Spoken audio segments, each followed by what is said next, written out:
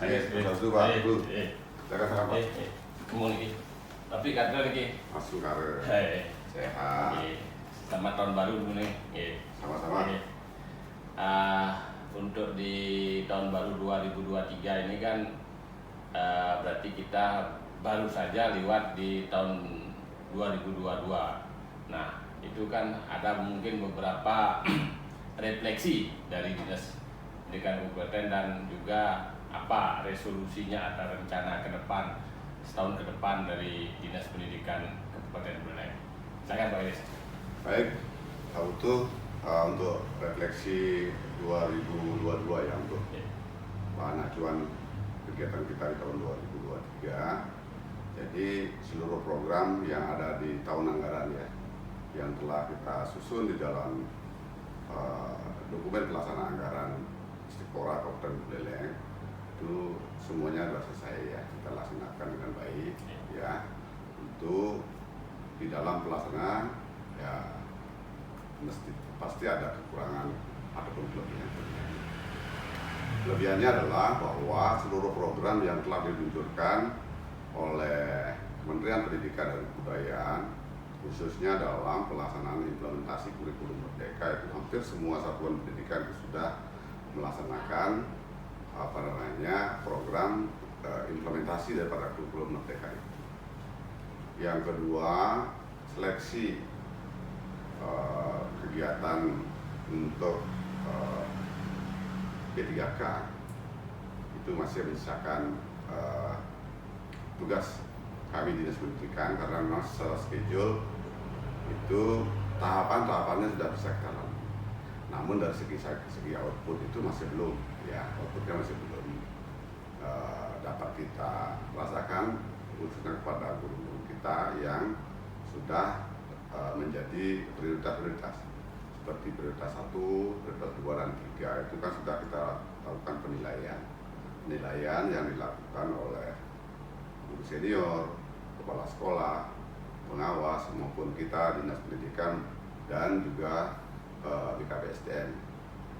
Sesuai dengan schedule untuk program ini nanti akan disampaikan di sekitar bulan Maret di tahun 2023 sehingga ada kemungkinan nanti di bulan Juni itu sudah guru-guru kita sudah akan menerima surat keputusan atau penandatanganan kontrak ya.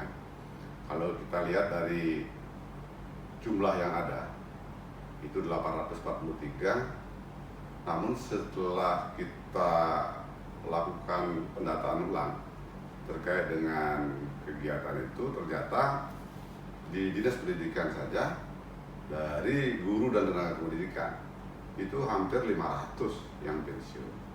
Nah, sehingga kalau kita melihat dari segi pemenuhan kebutuhan terhadap tenaga kependidikan tentu terus akan menjadi kekurangan kita ya. Untuk yang tahap berapa ini Pak Iris? Kalau dalam tahap ini tidak ada tahapan ya. Kalau yang tahun 2022 kemarin kan itu formasi tahun 2021. Formasi 2021 dilaksanakan kegiatannya di tahun 2022 melalui tahap 1 dan tahap 2. Nah, untuk tahap 1 kemarin kan sudah rekrutmen untuk sekitar 1.544. Kemudian tahap kedua 544. Nah, ini tahap 1 dan tahap 2. Nah, untuk tahap berikutnya jadi tidak ada tahap 1 lagi. Tidak ada tahap 1, tahap 2 tidak ada. Ini sudah tataran penilaian observasi ya.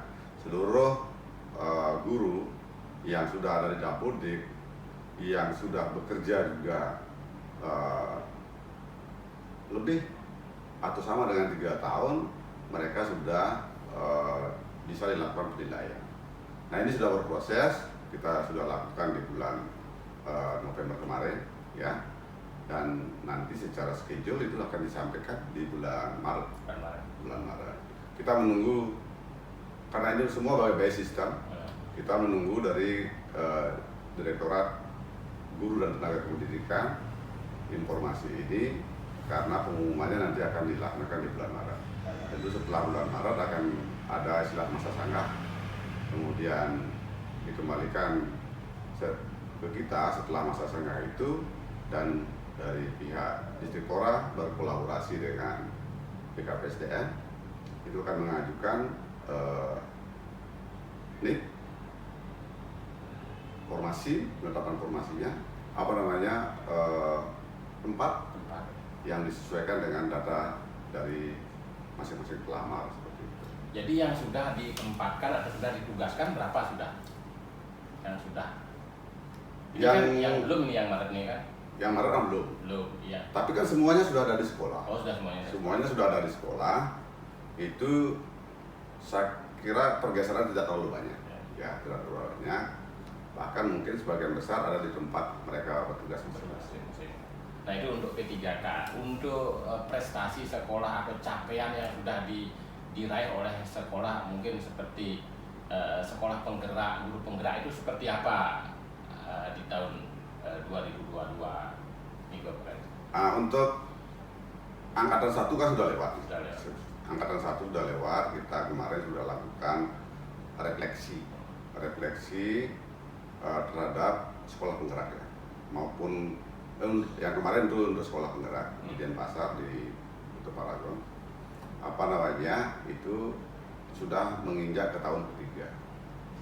Nah, nanti itu lakukan evaluasi seperti apa nanti pelaksanaan di tahun-tahun ke depan. Karena kontrak kita kan 3 tahun. 3 tahun, berarti sudah 3 sudah tahun. sekarang. Kalau kita lihat sudah. Nah, sementara untuk SP yang lainnya, sekolah penggerak lainnya kan sudah ada angkatan keduanya juga. Itu sudah semakin besar dari kita. Sehingga kita sebenarnya kalau dari segi sekolah penggerak, kalau kita lihat dari persentase di Buleleng itu paling banyak. Nah, kemudian untuk guru penggerak angkatan 1, angkatan 5 dan angkatan 5 sudah selesai kemarin pada saat LK 9 di SMK 3 ya. Kemudian untuk LK guru penggerak, seleksi guru penggerak ini sedang kita lakukan. Kemarin kita sudah tutup di tanggal 9 Januari.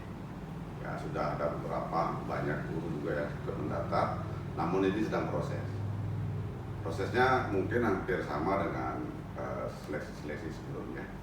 Namun kita tetap mengupayakan tidak berdasarkan kuota, tapi berdasarkan partisipasi.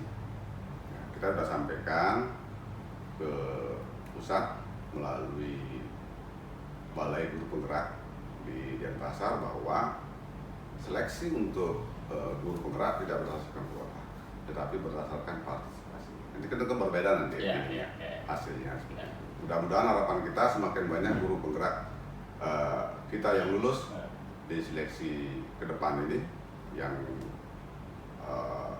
secara penjadwalan yang sudah kita tutup di tanggal 9 Januari kemarin. Ya. Kalau kita berbicara sekolah penggerak, berarti kan sudah ada angkatan pertama, angkatan kedua. Nah, kalau bisa dikatakan refleksi, apakah dampak atau impact daripada kehadiran sekolah penggerak dan guru penggerak ini? Saya kira setelah kita lakukan evaluasi, dampaknya cukup besar. Apalagi dalam kegiatan kita dalam pelaksanaan kurikulum ya. Kalau yang guru penggerak dan sekolah penggerak itu kan lebih banyak berorientasi kepada program yang terbaru, yaitu pelaksanaan implementasi kurikulum Merdeka. Kurikulum Merdeka itu sangat berdampak sekali kepada perkembangan daripada potensi strategi. Karena di situ apa? Ada yang disebut dengan pembelajaran itu adalah 75% di kelas dan 25% itu berbasis proyek. Jadi di luar kelas, boleh di lingkungan sekolah, atau bahkan mungkin di luar lingkungan sekolah dapat dilakukan. Nah, itu kalau kita lihat dari jam mengajarnya juga kan, kalau kemampuan minimal mengajar guru kan 24 jam. Kalau kita presentasikan 75% kan 18. Nah, 25% adalah 6 jam. Nah, 18 di kelas. itu dilakukan optimal di kelas. Lainnya adalah berbasis proyek 6 jam itu ya. Nah, ini sangat membantu guru-guru kita juga untuk mengembangkan itu, sehingga dari 25%-nya itu ada 6 jam itu karakter daripada peserta didik itu dapat dilakukan penilaian. Artinya sudah mulai muncul karakter anak-anak. Jadi di dalam pelaksanaan daripada kurikulum Merdeka ini kan bagaimana menumbuhkan atau mencapai capaian yang namanya profil pelajar Pancasila. Terus itu kalau dari sekolah, dari gurunya sejauh mana memberikan dampak? Apakah di saat mengajar atau seperti apa kalau guru penggerak? Kalau guru penggerak itu kan, jadi bedakan antara sekolah penggerak dengan guru penggerak. Di dalam sekolah penggerak itu kan ada komite pembelajar ya, komite pembelajar. Di dalam sekolah penggerak juga ada beberapa guru penggerak. Kalau kita menyimak daripada guru penggerak, maka kita tidak melihat sekolah penggeraknya. Nah, sekolah guru penggerak ini tentu akan memberikan imbas kepada guru-guru lainnya. Karena kita guru penggerak itu kan kita latih selama 9 bulan. Nah, kalau yang sekarang angkatan ini ada 7 bulan, karena ada beberapa materi yang bisa diringkas. Dan guru juga tidak banyak keluar dari proses pembelajaran. Nah, itu kan dari LK1 ya sampai dengan LK9 itu dituntut di posisi akhir mereka harus menampilkan karya daripada guru yang bersangkutan. Nah, karya-karya ini kita harapkan guru-guru penggerak itu bisa menyampaikannya juga atau menguploadnya, menyampaikan melalui PMM, platform Merdeka Mengajar. Nah, harapan kita ke depan, baik sekolah penggerak maupun guru penggerak itu berharap bahwa optimalisasi platform Merdeka Mengajar ini dimanfaatkan oleh guru-guru kita. Tentu yang melakukan fasilitasi siapa? Guru penggerak atau komite pembelajar yang ada di sekolah penggerak. Nah, ini harapan kita, karena di dalam platform Merdeka Mengajar itu kan sudah banyak contoh-contoh, model-model, bahkan mungkin di sana media-media pembelajaran yang dapat menuntun guru untuk mencapai profil pelajar Pancasila. Nah, baik, menarik sekali ini Pak Kades. Untuk guru penggerak itu kan pendaftaran, artinya berjuangnya itu kan luar biasa. Jadi artinya mendaftar tidak langsung ujuk-ujuk langsung lolos kan begitu perjuangannya. Terus apakah memiliki nilai lebih di guru penggerak ini? Apakah dia bisa akan menjadi kepala sekolah atau menjadi pengawas, atau seperti apa ke depannya ini guru penggerak? Baik Pak Putu, untuk diketahui bersama berdasarkan surat edaran dari Kementerian Pendidikan dan Kebudayaan, Riset dan Teknologi melalui Direktur Guru dan Tenaga Kependidikan bahwa bagi guru-guru yang telah memiliki sertifikat guru penggerak itu dapat diangkat menjadi kepala sekolah. Nah, dulu kan cakep, yang jadi pengawas dari Cawas. Ya. Untuk kepala sekolah yang sampai saat ini baru sampai dengan di tataran kepala sekolah, bahwa guru-guru yang telah memiliki sertifikat guru penggerak yang golongan ataupun pangkatnya minimal 3B dapat diajukan. Bahkan itu menjadi persyaratan menjadi kepala sekolah. Harapan kita, dan sudah banyak guru-guru penggerak itu menjadi kepala sekolah. Ya, untuk mengisi kekosongan-kekosongan atau karena kepala sekolahnya pensiun. Nah, kita juga sedang berproses terkait dengan pengisian kepala sekolah yang pensiun, tentu yang dari guru penggerak. Jadi guru penggerak ini ada promosinya. Ya, itulah nilai plusnya. Nilai plusnya jadi kepala sekolah. Nah, kalau kita lihat dari lama pendidikan, ya, untuk menjadi kepala sekolah dulu dengan sekarang guru penggerak dengan cakep dulu, justru JP-nya lebih banyak ini karena kita latih kan 9 bulan.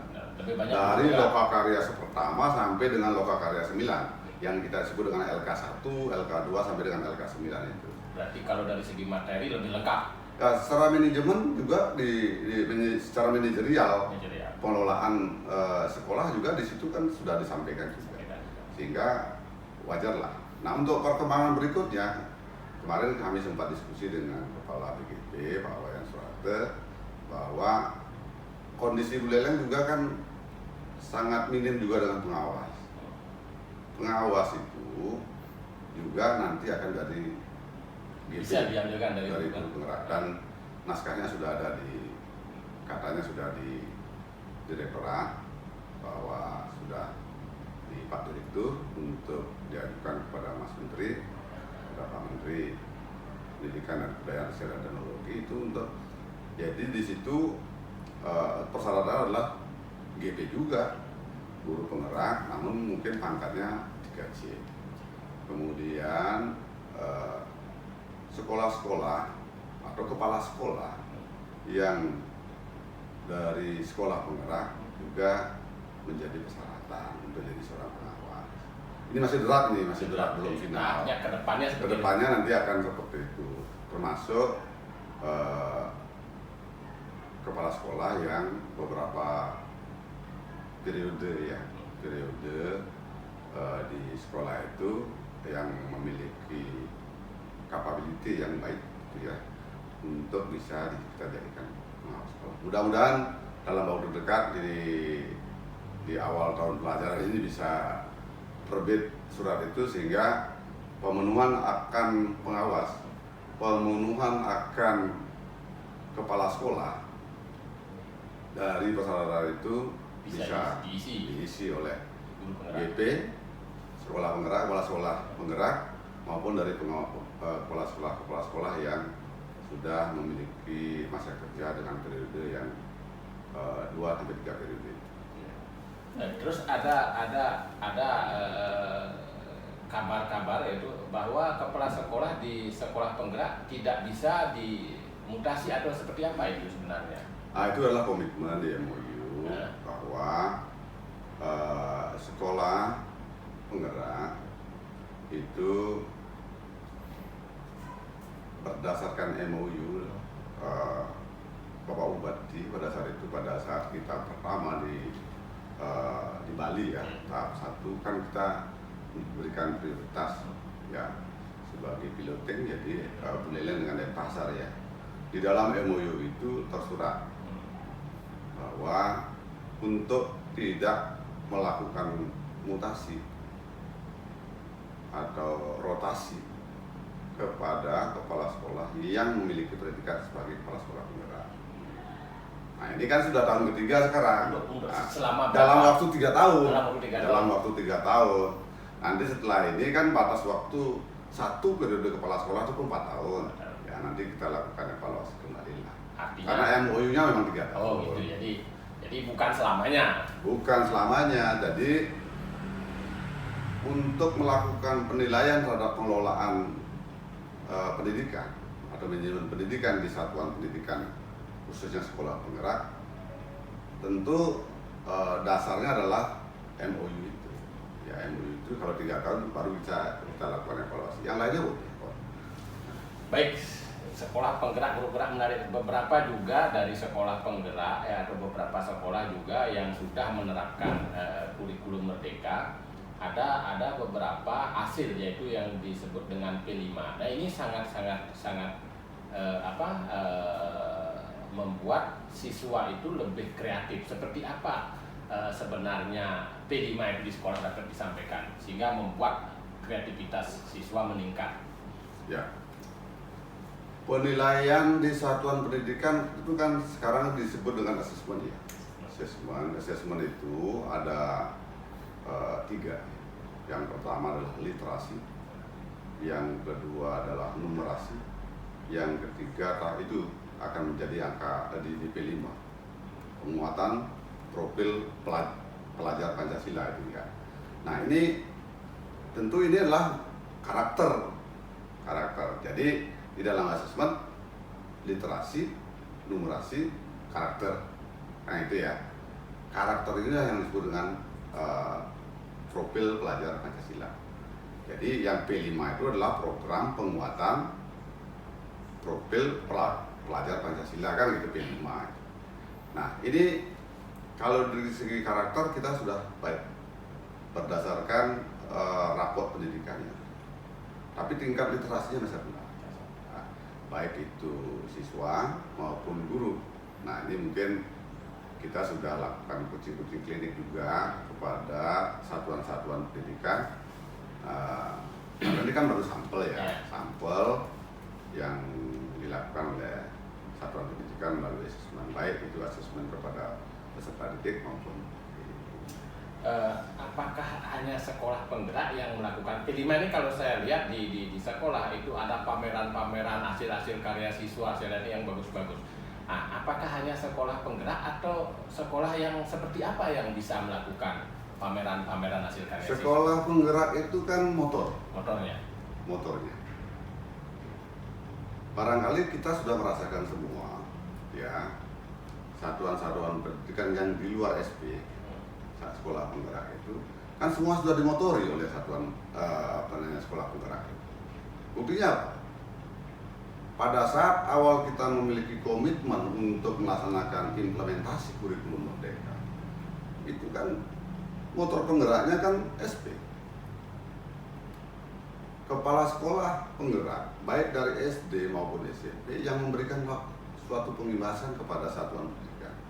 Kita kan sudah roadshow nih bekerja sama dengan PGRI untuk melaksanakan bagaimana tata cara satuan pendidikan akan melaksanakan kurikulum merdeka. Dan KUMER itu kan sudah dilakukan.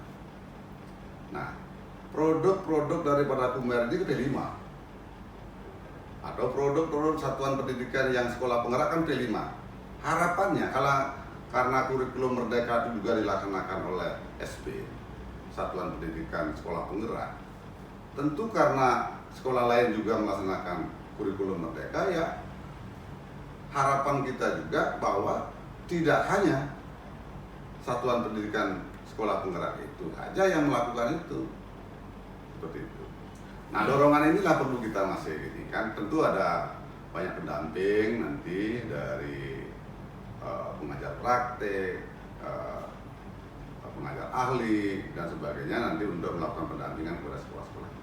Baik Pak Kadis, kalau saya lihat di sekolah-sekolah pameran-pameran hasil karya P5 siswa itu bagus-bagus.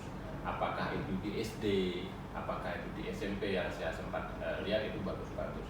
Ini dari segi kreativitas anak meningkat. Sudah gitu juga seperti yang disampaikan Pak Kadis juga tadi, bahwa tidak hanya sekolah penggerak, tetapi ada sekolah yang tidak sekolah penggerak juga melaksanakan. Apakah ini tadi Pak Kadis sampaikan merupakan bagian dari kurikulum merdeka. Nah, sejauh ini di Kabupaten Buleleng seberapa sudah kira-kira bisa diimplementasikan kurikulum merdeka ini dan dengan hasil akhir? Ya. Kalau gitu penilaian itu masih belum kita lakukan ya, belum kita lakukan karena yang sekolah penggerak aja baru tahap ketiga ya, di tahun ketiga ini ya. Tetapi saya pastikan seluruh sekolah penggerak itu sudah melakukan itu. Ya, dan masyarakat tahu di lingkungan itu bahwa proses pembelajaran yang dilakukan pada satuan pendidikan atau sekolah penggerak atau SP itu pasti seperti itu, karena memang prosedur yang dilakukan di sekolah penggerak itu memang sedemikian ya. Tentu sekolah-sekolah yang baru memulai, nah yang KUMER itu kan baru tahun pertama ini ya. Di tahun pelajaran 2022-2023 yang akan berakhir, tentu kan tidak bisa disamakan dengan apa yang telah dilakukan oleh satuan sekolah penggerak. berangsur-angsur akan menjadi seperti itu.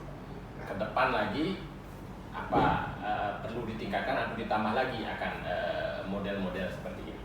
Ya, kita di Stripora bersama BGP tentu terus akan melakukan inisiasi, pendampingan juga kepada satuan-satuan pendidikan yang telah melaksanakan UNED. Nah, jadi revisi kemarin yang dilakukan di Denpasar yang untuk SP yang tahun ketiga ini sudah membuat rencana tidak lanjut. Ya, jadi ya tentunya pemanfaatan dari sekolah penggerak, BGP juga bersama pengawas, bersama pengajar praktek itu bersama-sama berkolaborasi untuk membina satuan-satuan pendidikan yang telah melaksanakan kurikulum. Baik Pak Kadis, ini sekolah penggerak di Kabupaten Buleleng ini cukup hampir semua. Nah, terus selanjutnya kalau kita bicara tentang refleksi 2022 yang sebenarnya tahun 2022 baru saja mengalami penurunan atau pandemi yang landai, sekolah baru mulai, udah beberapa juga yang tidak kalah menarik dan pentingnya untuk pendidikan adalah beberapa prestasinya. Nah, ini refleksi prestasi yang sudah diraih di tahun 2022 ini seperti apa capaiannya? Ya, kalau kita melihat prestasi ya, karena memang kegiatan secara luring itu kan tidak banyak dilakukan karena kita dibatasi oleh gerak. Gerak itu yang dimaksud adalah PPKM level, ya kan? Di posisi 2 tahun terakhir dari tahun 2020, 2021, 2022 posisi kita masih dibelenggu oleh ketentuan level 1, level 2 dan sebagainya. Nah sekarang mudah-mudahan di tahun ini karena sudah dicabut PPKM itu, sekolah sudah bisa leluasa melakukan proses pembelajaran baik di dalam maupun di luar kelas. Ya seperti itu yang sampaikan tadi, proses pembelajaran yang berbasis di sekolah maupun yang berbasis proyek yang dilakukan di luar kelas ataupun di luar lingkungan sekolah. Nah ini harapan kita ke depan prestasinya lebih meningkat. Namun demikian banyak proses kegiatan prestasi yang dilakukan secara daring dan itu buktinya sudah banyak. Yang pertama, beberapa sekolah SMP, SD juga mendapatkan juara. Ya, sekarang untuk metembang juga ada, kemudian yang melukis juga ada, yang sastra juga ada, seperti itu. Datanya tidak bisa kami sebut satu-satu ya. Yang jelas prestasi kita masih tetap, Buleleng masih tereksis. Akademik, non akademik. Akademik, non akademik. Kalau yang akademik ya itu yang tadi itu ya, baik itu lomba matematika, fisika dan sebagainya, masih tetap kita menjadi acuan tolak ukur dalam peningkatan prestasi akademik ya. Non akademik, Porprov Bali. Kita kan dari target yang telah ditetapkan PONI kemarin, itu di dalamnya kan juga atletnya juga dari peserta didik. Ya. Nah, targetnya kan dari kemarin 60 menjadi angka 75 emas. Ya.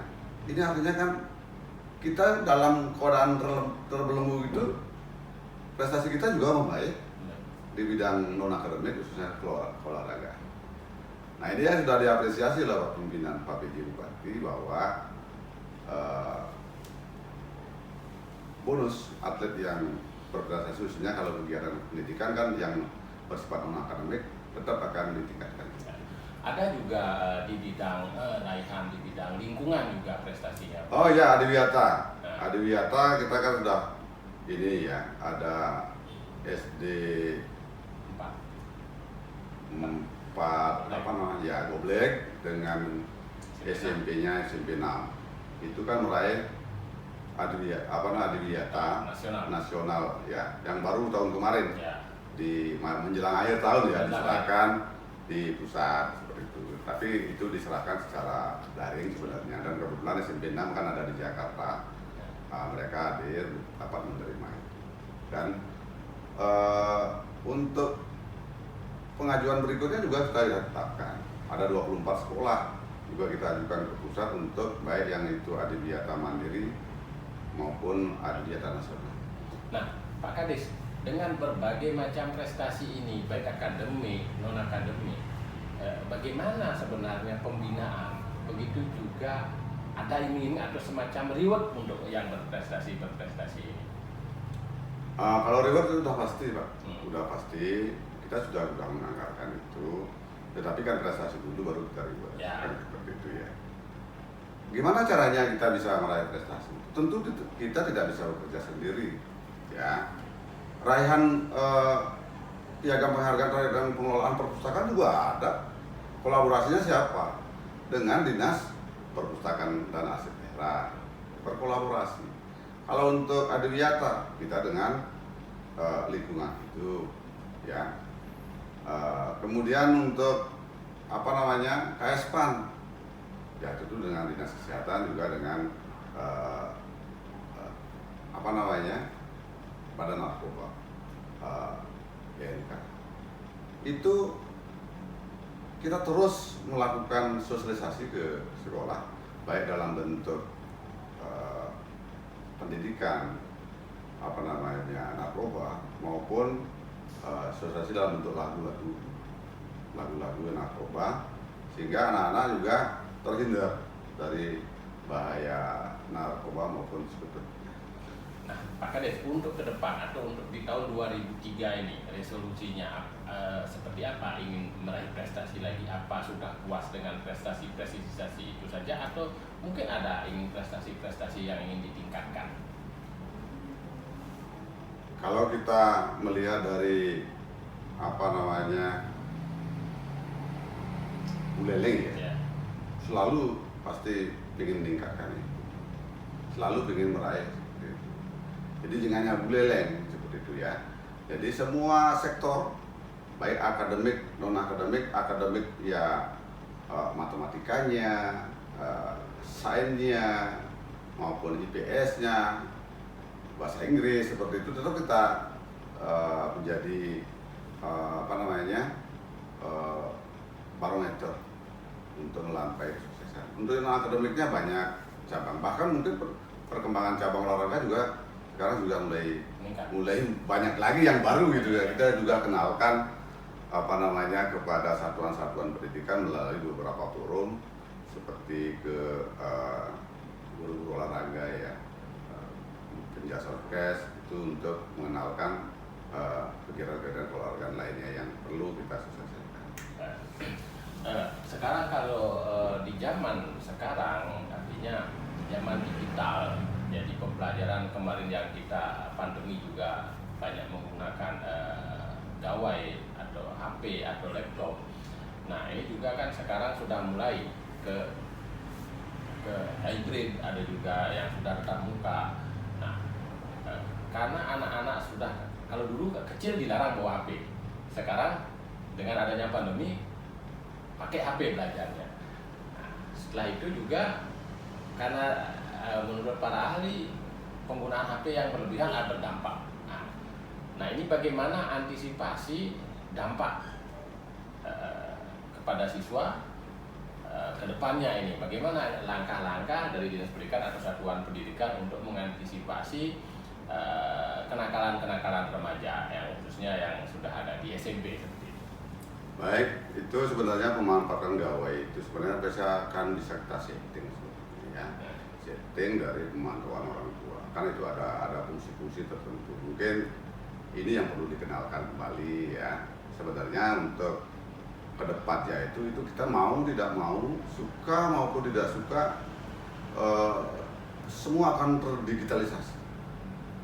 Mereka sudah menyampaikan transformasi digital, akan semua by digital gitu. Nanti anak-anak juga pasti akan memanfaatkan sarana dan sarana digital untuk melakukan proses pembelajaran itu tanpa disadari. Ini kan kalau boleh dibilang, kalau syukurlah ada pandemi kan gitu ya, anak-anak juga mengenal bagaimana menggunakan gawai ataupun HP ya dengan baik dalam melakukan proses pembelajaran. Itu kedepannya akan seperti itu. Mau tidak mau, suka tidak suka, transformasi digital. Oke, transformasi digital ini memang diperlukan ke depannya. Namun bagaimana anak-anak ini dalam penggunaan yang perlu diawasi kan? Ya, mari kita bersama mengawasi. Karena fungsi kontrol orang tua sangat penting, ya, sangat penting. Jadi pemanfaatkan gawai itu sebenarnya kalau kita mengenali HP itu atau gawai itu kan ada fungsi kontrol orang tua. Nah inilah perlu, barangkali belum semua memahami ini. Nanti kita akan sampaikan, sosialisasikan kembali bahwa seluruh gawai itu pasti ada settingannya. Settingannya bahwa dari orang tua bisa melakukan fungsi kontrol kepada anak-anaknya dalam memanfaatkan teknologi, khususnya gawai ini dalam proses belajar, baik maupun di rumah, di sekolah maupun di rumah. Baik, menarik sebenarnya Pak Kadis obrolan kita, namun karena kegiatan Pak Kadis, tapi satu lagi yang ingin kami tanyakan, yaitu adalah bagaimana ini yang sangat lagi bisa dikatakan di sekolah, yaitu bagaimana bullying ini bisa diminimize, karena bullying ini masih terjadi di sekolah-sekolah. Seperti apa Ya, Pak baik. Motor penggerak bullying juga atau yang disebut dengan anti perundungan. Nah, perundungan itu sudah, ini juga dimotori oleh SP, sekolah penggerak. Jadi tahun ini tahun kedua untuk anti perundungan. Bahkan sudah ada yang mendeklarasikan bahwa tanggal-tanggal tertentu di sekolah itu menjadi hari anti perundungan. Dan kebetulan kita yang hadir di semua penetapan itu, ya. Dan ini nanti dalam pelaksanaan hukumnya juga ada substansi perundungan, ya, anti perundungan. Saya harap juga nanti semua sekolah mengeterapkan, yaitu dengan memanfaatkan seluruh peserta didik secara bertahap, berkelompok, atau secara dari kelas bawah dulu, ya, untuk melakukan rintisan sebagai piloting dalam menuju mengecilkan, ya, mengurangi perundungan itu aja, anti perundungan. Jadi itu kan ada anak-anak yang bisa sebagai motor penggerak yang ada di sekolah masing-masing. Bukan hanya agen perubahan, agen perundungan, ya, agen perundungan, ya, seperti itu. Dan ini tidak bisa dilakukan oleh seorang pendidik saja, peserta didik saja, guru juga. Kadang di dalam melakukan proses pembelajaran, perundungan juga masih sering terjadi dalam proses pembelajaran, misalnya kata-kata yang kurang etis untuk disampaikan, sehingga anak-anak tidak termotivasi ke arah kemajuan prestasi daripada yang bersangkutan. Kadang-kala kan, kamu dari mana? Dari pantas dah kamu dari sini, kan itu sebenarnya salah satu perundungan, walaupun hanya tidak seperti itu kan. Ini salah satu yang paling rendah. Kalau yang lainnya kan, perundungan yang lainnya kadang-kadang mencaci maki, oh kamu tidak punya apa-apa, pakai gini juga nggak ada. Itu kan perundungan juga. Bahkan kalau yang perundungan yang paling keras itu kan sampai menampar peserta didik atau fisik, ya, secara fisik, itu yang kerasnya, ya. Dari kalimat juga dalam proses pembelajaran mohon dipahami juga oleh guru dan tenaga pendidikan di dalam mendampingi peserta didiknya dalam proses pembelajaran. Baik. Satu lagi, begitu menariknya sekolah penggerak dan guru penggerak ini, apa pesan-pesan Pak Kadis untuk sekolah penggerak atau guru penggerak di dalam, mungkin ada pesan agar mau berbagi atau seperti apa? Ya, harapan kami dari Dinas Pendidikan dan saya selaku pribadi, selaku Kepala Dinas Pendidikan Pemuda Olahraga Kabupaten Buleleng, ya tentu momen ini, ya, kompetensi yang telah dimiliki baik itu kepala sekolah penggerak, guru penggerak, agar dapatlah memberikan pengimbasan kepada satuan-satuan pendidikan di wilayahnya atau terdekat di wilayah satuan pendidikan itu, sehingga seluruh program daripada sekolah penggerak itu dapat juga dicapai oleh satuan pendidikan ada sekitar. Jadi berbagi kiat-kiat suksesnya, berbagi bagaimana bisa melaksanakan sekolah penggerak, apa kebermanfaatannya, bisa berbagi dan berbagi dan berkolaborasi. Ya. Itu saja Pak Kades, terima kasih banyak atas bincang-bincang hari ini, bisa diterangkan di kemudian hari. Terima kasih Bapak.